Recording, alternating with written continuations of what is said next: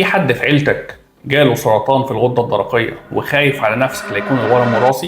السلام عليكم ورحمة الله وبركاته. معكم دكتور عبد الوهاب رأفت، أستاذ جراحة الأورام بالمعهد القومي للأورام جامعة القاهرة. استكمالا عن حديثنا عن أورام الغدة الدرقية، الفيديو النهارده إن شاء الله هنجاوب فيه عن سؤال: هل أورام الغدة الدرقية وراثية ولا غير وراثية؟ الحقيقة الأورام الخبيثة في الغدة الدرقية وراثية بنسبة 10%.